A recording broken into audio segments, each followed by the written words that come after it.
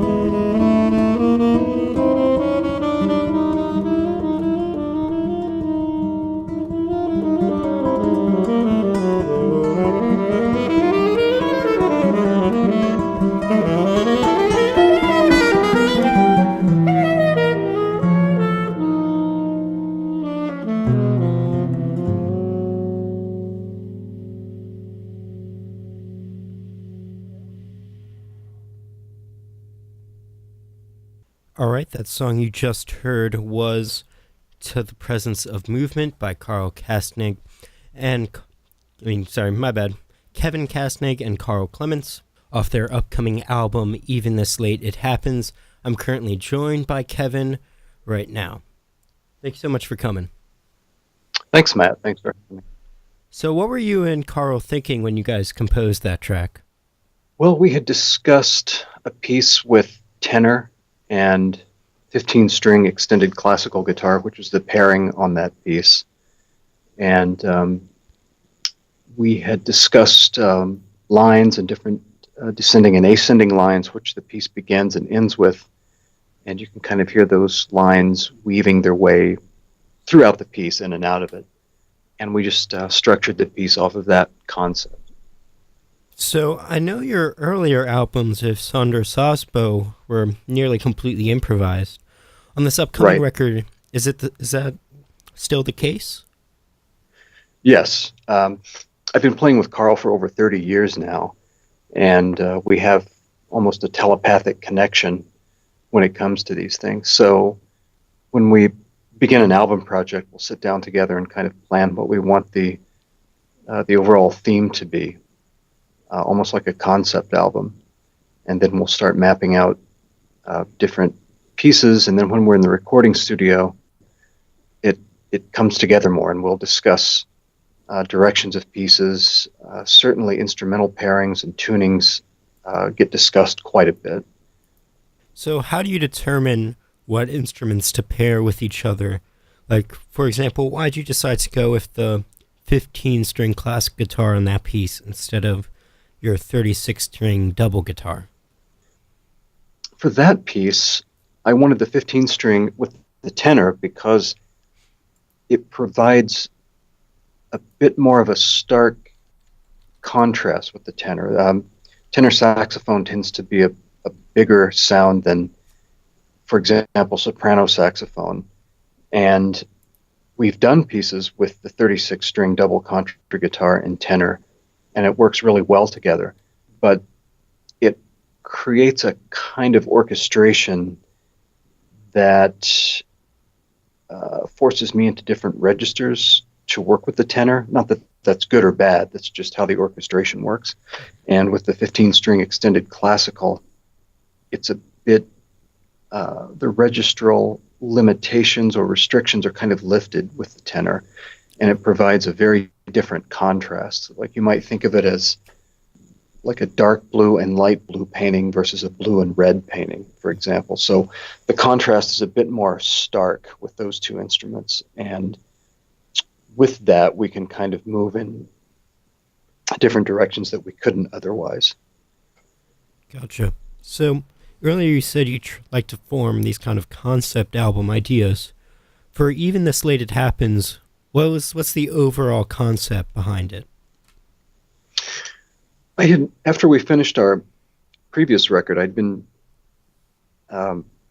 even before that record was finished, I already had some things in mind for the next one. So once it was done, I approached Carl with some ideas I had just to see what he thought. And one of them was something that was a bit more contrapuntal when we were both playing sections together, and then things that had, as a contrast, more space in them. So on this record, there are pieces where we'll play together, and then one of us will drop off or have an extended rest, and the other one will continue the piece, and then we'll come back in and trade off back and forth like that, which we've not really done previously. We've done it in some concerts, but not really in recordings. So I wanted to explore that direction a bit more with this record, and Carl liked that idea, so we went with that. So how is it different playing with Carl than playing with Sandor? Oh, good question. Playing with Sandor is closer to playing with a more orchestral partner, because he plays, like me, he plays extended range guitars. For example, his main instrument is a 16-string classical guitar. Playing with Carl is more monophonic because he plays saxophone and flutes and other woodwinds, which are just single note melodic instruments, not multi-note harmonic instruments. So playing with Shandor is entirely different for me, and takes a very different approach. There's more space restrictions with Shandor because he's playing an instrument closer to mine. Like you imagined, like two pianists working together or two chamber orchestras playing together. Those pieces would have to be structured to provide space for each orchestra or each piano. The pieces would have to allow movement for both of those without clashing in registers. Before Shandor and I begin an album project, we both use a lot of altered tunings of our own creation. So long before we meet up in the studio, we'll start discussing instrument combinations that we want to use, tuning combinations that we want to use. So I might send him a list of tunings that I'm going to be using, and then he may either find tunings of his that fit with those, or he will sometimes create new tunings to contrast with those. So there's, I would say, more in the planning stages for those reasons, and then the approach is very different because we're both very orchestral players. That's very interesting. I know earlier you talked a little bit about how you try to make sure you're harmonically not clashing. In this next song, I don't know which one of you it is, but one of you guys is playing almost like a bass line, which I thought was very kind of a cool way to make sure both guitars are filling out different harmonic spaces. Right. With my 36-string double contra guitar, I'm in bass and sub-bass registers, so I can kind of live in that region sometimes and provide a lot of support and movement and counterpoint to what Shandor is doing, and still, unlike a bass instrument, it's a double course instrument, so I can be providing bass lines and bass environments, I would say, that are more harmonic than monophonic, which is again more in an orchestral direction instead of a solo direction. So I wanted to play a song off your 2009 album with Shandor. Parabola, this of course is the album that was selected as one of NPR's favorite albums of that year.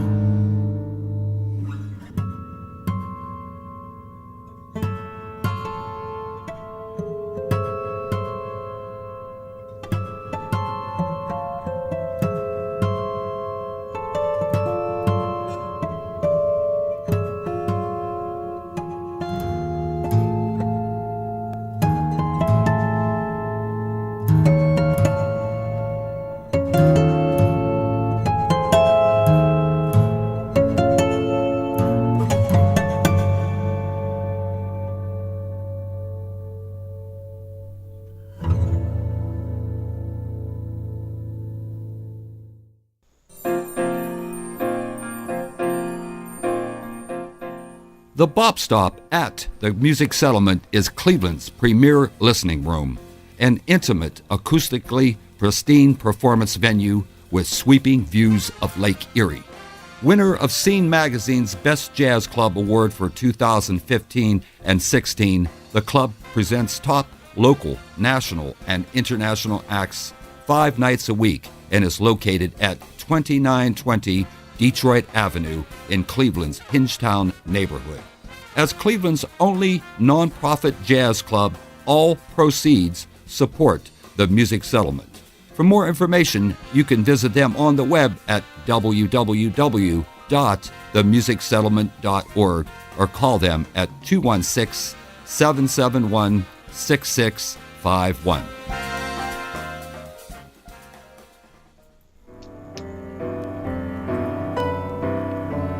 Frank Zappa once said, "American radio listeners, raised on a diet of fill in the blank, have experienced a musical universe so small they cannot begin to know what they like." Well, Mr. Zappa, we can help.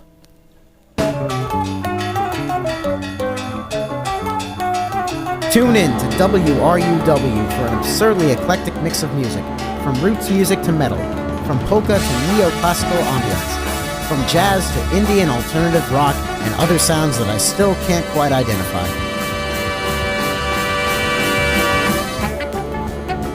WRUW-FM, 91.1 Cleveland.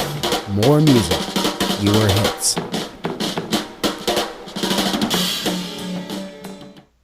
Before those announcements, you heard Vertex 1 by Kevin Kastning and Sandor Sosbo. Today I'm joined by Kevin. Thanks so much again for coming on. Thanks, Matt. All right, so how did it feel when you heard that that album was selected by NPR as one of their favorite albums of the year? I wondered if maybe they hadn't received any other albums that year. No, it was tremendously flattering. I was really honored because I listened to NPR quite a lot, so that really meant something to me. And especially for someone like yourself who makes very experimental music, that stuff doesn't really get on the airwaves that often. Yeah, I mean, you're right. It gets more airplay than I would think. Like every album that comes out, I think is never going to get any airplay, and it always does, and it always kind of pleasantly surprises me. So, what do you think about when improvising? Because all your songs, you definitely don't repeat yourself, because I know a lot of people, improvisers, they'll kind of get stuck into patterns. How do you avoid that? Well, you asked me what I think about when I'm improvising, and I think the best answer for that is that I'm trying not to think when I'm improvising. I'm just listening.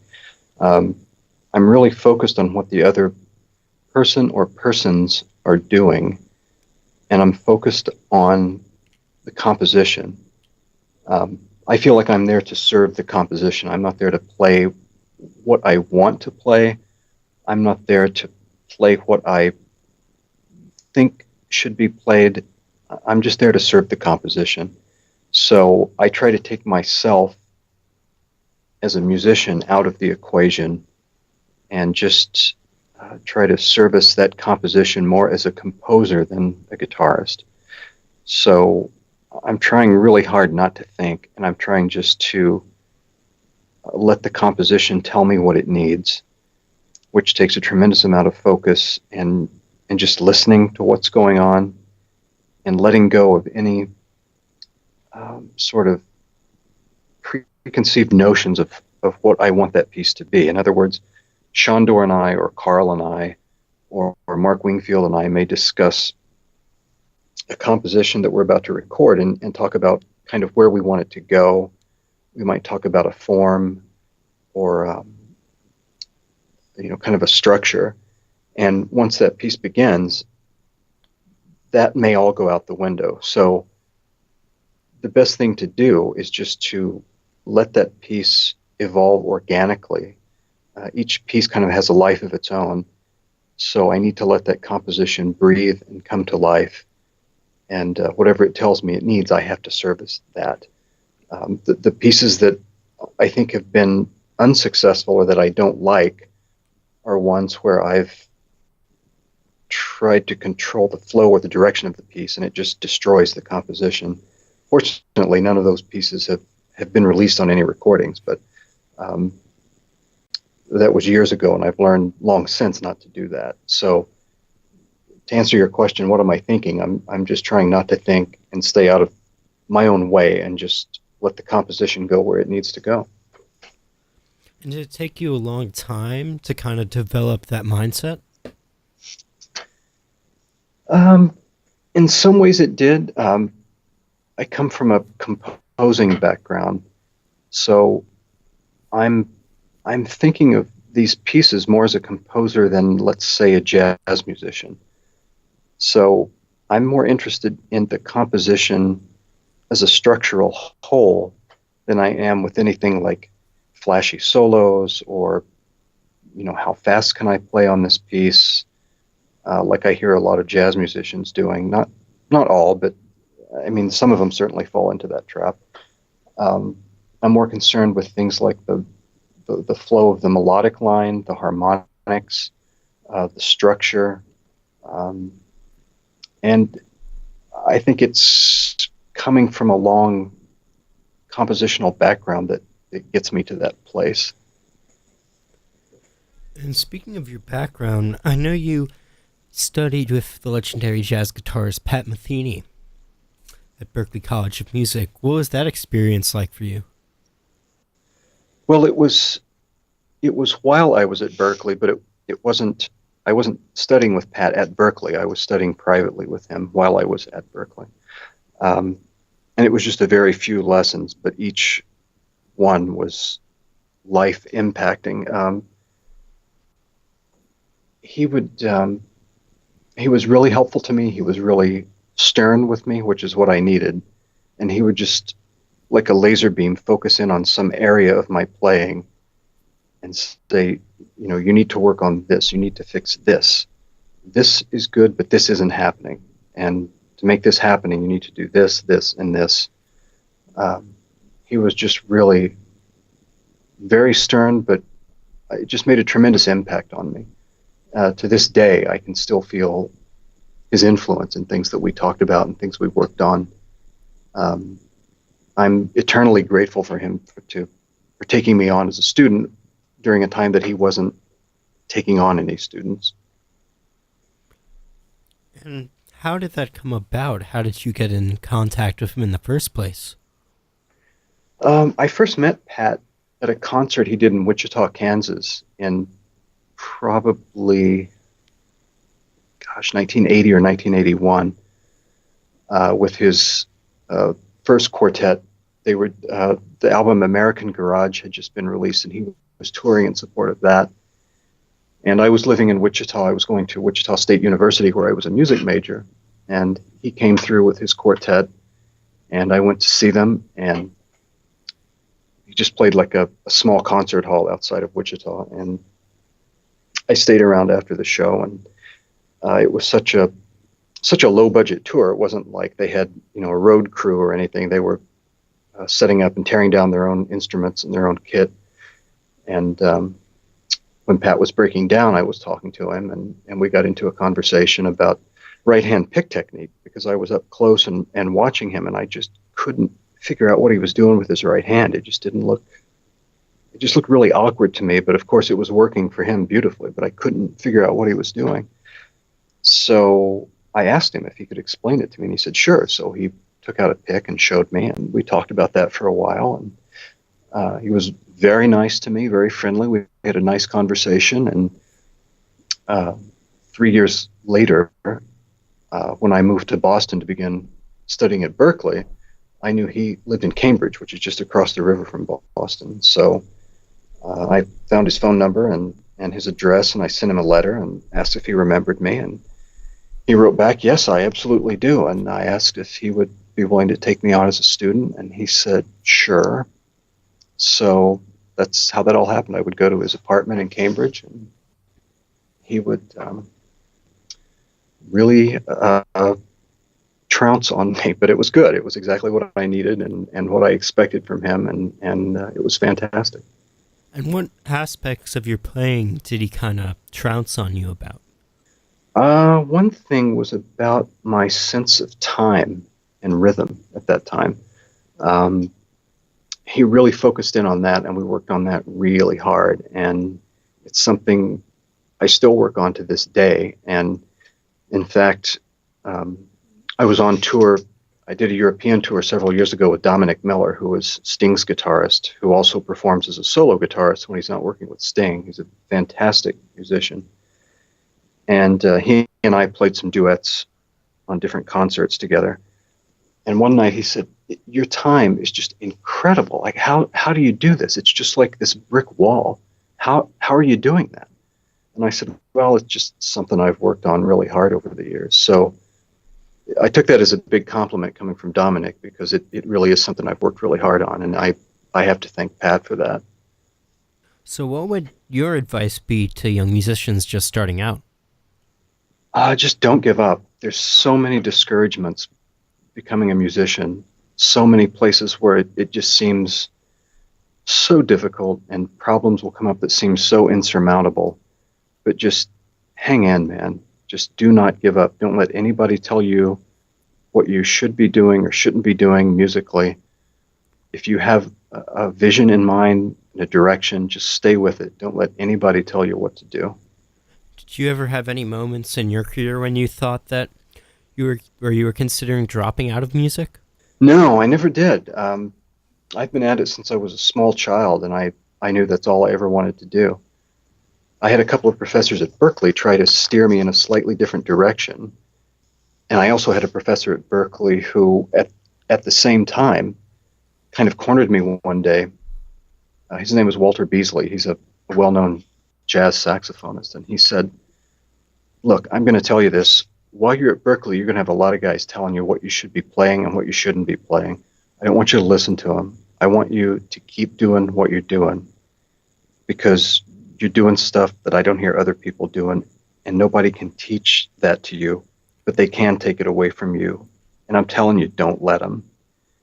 And that came at a really good time for me, because it was my first semester at Berklee. It was really overwhelming. It was fantastic, but you just felt like you're dropped into an environment where everybody around you is a far, far better musician than you. So that really came at a good time for me, and I never forgot those words from Walter. And if he's listening, thank you. So what kind of direction did they want you to go? More of a mainstream jazz direction. I was coming from a place that was a lot of mainstream jazz, but it was equal parts things like Bartók string quartets. And the two worlds don't necessarily fit together, but I was trying to make them fit together. I had even spoken to a couple of professors about doing extended range guitars, and was told that it was a bad idea and that it could never work. And fortunately, I didn't take that advice. I knew in my heart that it would work, and I just stayed with it. And the instruments that I have today wouldn't be there if I would have taken their advice. And had I not listened to Walter, I might have taken their advice. And how did you build your extended range instruments like your 36-string double guitar? Well, I didn't build any of them. I want to be really clear about that. I just kind of conceived of them and helped design them. I have a couple of corporate sponsors. I started working with Santa Cruz Guitars back in the early 2000s. Their head guy there is Richard Hoover, and his second in command at that time was Daniel Roberts. And Daniel split off and started his own company called Daniel Roberts String Works. And he was a sponsor of mine. I started working with Dan, and we made the first contra guitars together.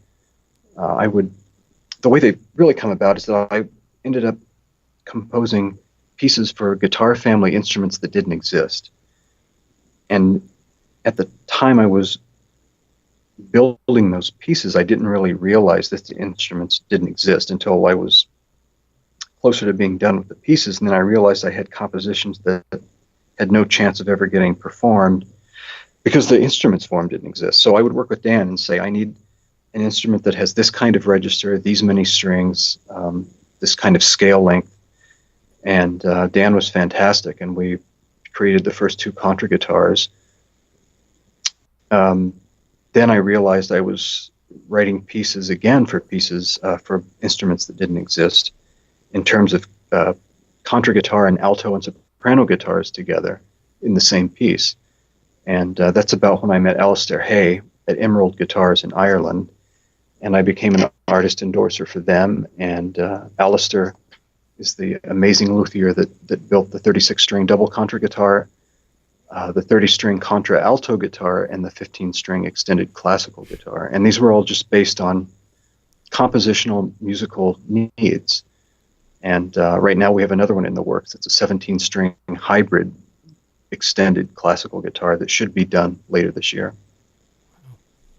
Now, for the listeners who haven't, of course, seen, I know can you describe a little bit about how the 36-string guitar is played, because it's not held horizontally like your normal 6-string acoustic or electric guitar, right? It's vertical.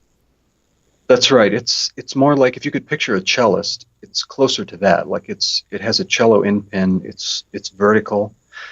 Otherwise, the necks are extremely wide. Like they're about as much as 3 times wider than a standard guitar neck, and sometimes 4 times as wide. So you can't, if you were playing it in a horizontal position, you can't get your hand around that neck. So playing it vertically removes that restriction. I can get my entire hand on the front of that fingerboard and even use my thumb like as a 5th finger on the strings. So it requires an entirely different playing technique.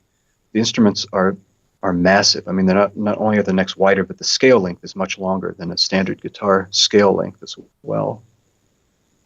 Mm-hmm. But unlike something like, for example, a Chapman stick, you still pluck the strings with your non-fretting hand, right? You don't really tap the strings onto the fretboard much. Well, yes and no. My right hand works like a classical guitar. In other words, I don't use a pick. I'm using like more of a classical guitar right hand technique. But with at Emerald Guitars, all of their instruments are carbon fiber. So those 3 instruments of mine are carbon fiber, and they react very differently than wood instruments. So they allow me to do techniques on them that I can't do on the wood acoustic instruments, and tapping is one of those things. So yeah, there is a lot of tapping on the more recent albums, where I'm doing a lot of tapping with my right hand, and even doing things like maintaining a bass line with my left hand and then tapping out chords with my right hand on top of that, which I couldn't do on a wood instrument, but works really well on the carbon fiber instruments. Now, I also saw that you did a collaborative album in 2012 with Michael Manring. How Yes. did you meet him? That's a good story.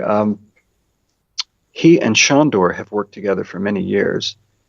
And on one of the European tours, Shandor says, I think you need to call Michael Manring. And I had been a fan of Michael's since back in the early 80s when he did the album.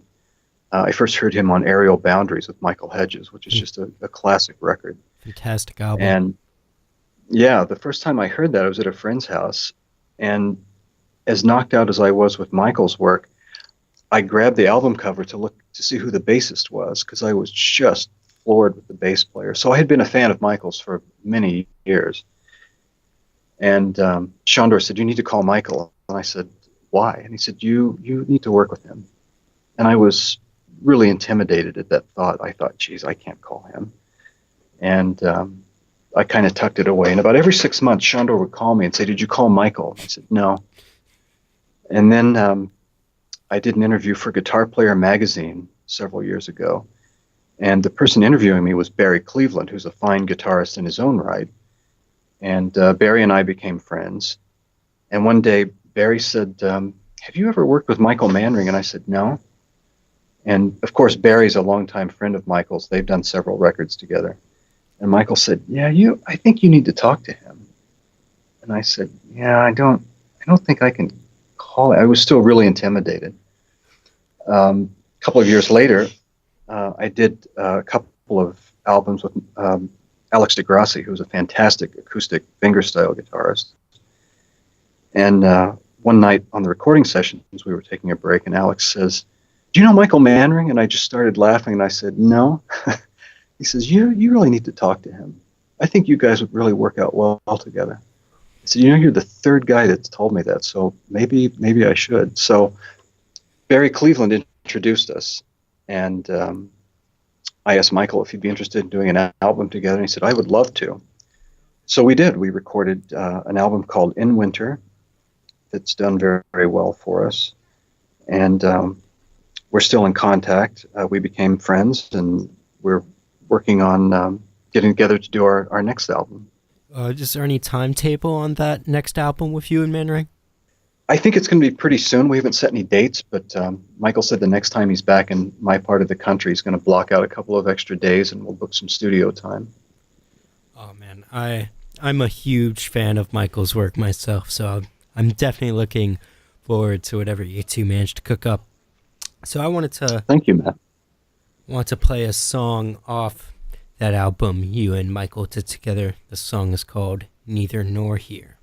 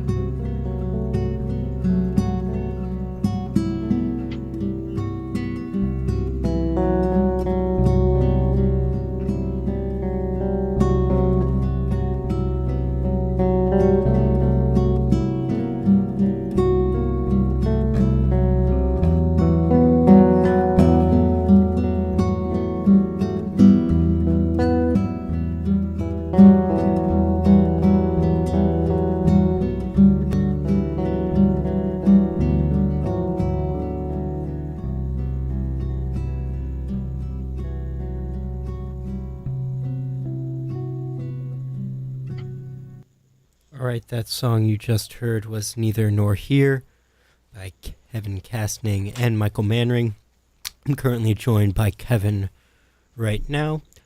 Kevin currently joined me because he is soon to celebrate the release of his latest album, Even This Late. It happens, set to be released on the 24th. So what was it like working with Mannering? It was really easy. It was really natural. We really fit very well together. He was familiar with my music before I had even called him, which I didn't know that. When we got together, the first day in the studio, he said, "So what do you want me to do?" And I said, "I know you do a lot of other projects with a lot of other musicians, and you may not always be able to do what you really want to do because you may be hired as a sideman or it's not your project." I said, "Here in this project, I want you to do all those things that you can't do otherwise and just be free." And it just worked out so well. It was really very comfortable working together. It just felt like we had played together for years and years, even the very first day in the studio. We recorded the whole album in 2 days. It was just really, really a smooth process, really enjoyable. We just really connected both artistically and personally. And how were you able to just record it that quickly? Because it's not a short album by any means. Right. Yeah, and there was some material that was unreleased. I mean, what's on the album is not everything we recorded. We had just discussed some artistic directions before he arrived. Like, we had gone back and forth with kind of what we had in mind. We had nothing sketched out. There were no charts, nothing pre-composed. We would discuss instrument combinations he brought. I believe he had 4 basses with him in the studio. I had, I think, 5 or 6 of my instruments there. So we, again, talked a lot about things like instrument combinations, ranges and registers, direction. He had brought some effects with him. You want to know if he could use some of his effects? I said, absolutely, do whatever you want. So some pieces were kind of built around some effects of his. And we just went from there. It just flowed very, very naturally and organically. I was wondering, since your sound has always kind of evolved and changed over the years, how do you keep from getting stuck in your ways? I think, yeah, that's a good question. I think it probably comes from just never being satisfied with what I'm doing. I'm always trying to, I guess, reach beyond where I am at present. I think a lot of it comes from the music I listen to. I listen to a lot of, almost everything I listen to is classical music, but it ranges from circa 1000 AD to the present. I listen to a lot of early music. I listen to a lot of contemporary classical. I'm a big fan of people like Elliott Carter, Charles Ives, Bartók. I hear things in their works that I try to, in my mind, imagine how it would translate to guitar. I spend a lot of time out in nature and imagine how a lot of that would translate to guitar. I was outside earlier today. I took a short hike out in the forest. I live in New England, so I'm out in the forests and the leaves are turning here. And I was just looking at this red tree juxtaposed against this yellow tree and trying to imagine what that harmonic sense would be. If I could translate that into like a harmonic environment, what would that be and what would that sound like? So I think a lot of that keeps me moving forward. The fact that the instruments keep expanding and growing absolutely keeps me moving forward. I'm very privileged to work with some incredible musicians, and they definitely push me and keep me growing too. So back on the Mannering thing, one thing that I found kind of just a funny coincidence is that Mannering studied under Jaco Pastorius while you studied under Metheny, and of course Jaco and Metheny did several collaborative albums together. Did you That's guys right. talk at all about your respective mentors and their relationships, or?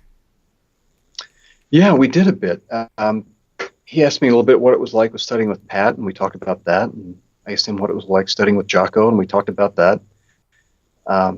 So it was kind of interesting, as I'm a tremendous fan of Jocko, and have been since he first started with Weather Report back in the 70s. Michael's a big fan of Pat's, and so it was really interesting getting kind of this inside view on these two giants of modern jazz, and where they had taken each of us and talked about where we felt like our influences had been with them, and it was just really fascinating. So one other thing that I find very interesting is that you keep talking about how much classical music has influenced you, yet almost all your music is improvised. Right. I think that probably started with listening to Keith Jarrett's solo records when I was in my teenage years, and I still do. I'm just such a fan of his solo work. I could never, in his solo works, I think he's known as a jazz musician, but certainly he's recorded classical albums.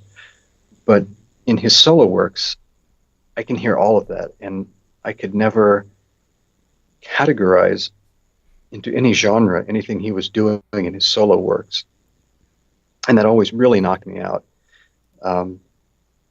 And I was really drawn to that, but at the same time, I never consciously set out to do that. It just kind of happened naturally. Yeah, I don't know how else to explain it other than that. This was kind of a natural fusion of the two genres you kind of love the most? Yeah, I think so. There was a time, like when I was at Berklee, I went through a several-year period of where I was just intensely studying jazz 24 hours a day. But at that time, I had come out of this very strict classical discipline at Wichita State, where I was studying classical music and its structure 24 hours a day. And after I left Berklee, I kind of got back into this modern classical place and never left it. I've composed string quartets and chamber pieces, and I don't really listen to jazz much anymore at all, but that influence is certainly still there. So you also compose string quartets and chamber pieces for like traditional classical style orchestra? Yes. I also noticed you have a European tour coming up in 2018. Would you mind talking a little bit about that? Sure. That's going to be with Sándor Szabó. It's going to be really different for us. We've done European tours together in the past where we've both been on acoustic instruments. Later this year, our next album is out. We just had an album come out in July called Invocation, where we're both playing acoustic guitar family instruments. Our next album that's coming out later this year is going to be completely different for us in that Sándor is going to be on electric guitar. And he sounds like an entirely different artist on electric guitar. It's just fascinating. And the tour in 2018 will be in support of that record. So I'll be doing some solo sets on those concerts in support of my recent solo albums. And then most of the concerts will be Sándor and I in support of the new album that will be out by then. And so Sándor will be touring on electric guitar. So again, really, really new music for both of us. We're both really excited about it and really looking forward to the tour. Gotcha. Do you have any American tours planned at any time? I don't. I end up doing one or two concerts per year in New York City, but that's about the only American performing that I do. It just seems to just work out that I end up touring in Europe. Why do you think that is? It's just kind of a random thing? I think the music is better received there. I seem to be more known in Europe than I am here. And by that, I mean, there are like 2 people that have heard of me there. The Europeans just have a different value of music and art.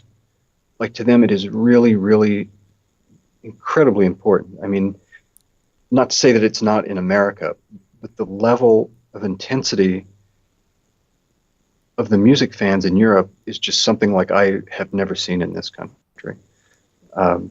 Shondor and I will do tours of concert halls there, and they're almost sold out almost every night. In some places they are sold out and we have people standing, which is just astonishing to me. So it just seems to be, I don't want to say better received in Europe, but there seems to be more of an audience for what we do in Europe. I mean, one thing that I've always heard about both the classical and the jazz world, at least in America, I don't know what it is in Europe, but one complaint I've heard about both those kind of schools is that a lot of it in America is so focused on preserving the past that they don't make room for a lot of more modern composers to come in. Like especially guys like Wynton Marsalis. Is that in Europe? Are they just more open to new things in that sort of style? Yeah, they really are. I mean, they absolutely revere the tradition and the history there. I don't think they're trying to break from that, but they embrace the new absolutely as much as they embrace the old, which I don't see in this country. I mean, if you go to a symphony concert, and I go to the BSO concerts as much as I can, and you don't see many contemporary composers on the bills, which is kind of sad. But in Europe, it's very different. It's really very welcomed and embraced there. That's always a fascinating thing, because it's like, it's even weirder how that's true in the jazz world, just because, like, you would think here, because we're the place, jazz is an American art form, you'd think we'd be more focused on moving it forward, but then it seems like a lot of places are very much based in kind of anything written past 1950 isn't Rio jazz anymore. It's just a weird dichotomy here. Right. No, you're exactly right. I used to, years ago, I played with a saxophonist who believed that jazz died the day Cannonball Adderley died. And I mean, there's been so much incredible music that's happened since then, not to take anything away from Cannonball and that period, but there has just been so much more since then. I mean, look at the music of Ornette Coleman that happened in the late 50s, early 60s. I mean, that was over 50 years ago, and to this day, that's still controversial music. And it's some of the most beautiful jazz, in my opinion, that's ever been created. Cannonball Adderley, he died in like the 70s. That was before, Jacko got big, who was considered, the most revolutionary electric bass player in that genre. So why do you think it is there, why do you think that exists in America, but not in Europe? Yeah, I don't know. That's a good question. Just a guess is that things seem to be so much more commercialized and monetized in the U.S., and I don't see that happening as much in Europe. People are just so passionate about art and music there for the sake of the art and the music. The aspect of celebrity and wealth is taken out of the equation there. And they're just so interested, and they're so hungry for new music and new art, and they're willing to learn and expose themselves to things. And I don't see that same willingness here. I mean, there is that audience here, but it's just not as large as it is in Europe, and it's not as passionate as it is in Europe. Thank you so much again for coming on the show. I really appreciate it. Do you have any last words you'd like to tell our viewers? No, but I really appreciate you having me on, Matt. Thank you so much. I enjoyed it. All right, great. Again, this was a conversation with Kevin Kastning. His latest album, Even This Late This Happens, is set to be released in October 24th. Its collaboration with saxophonist Carl Clements should be on all major streaming and online retailers. All right. Thank you so much for everyone tuning in. I hope you enjoyed the show. I hope you have a great rest of your day.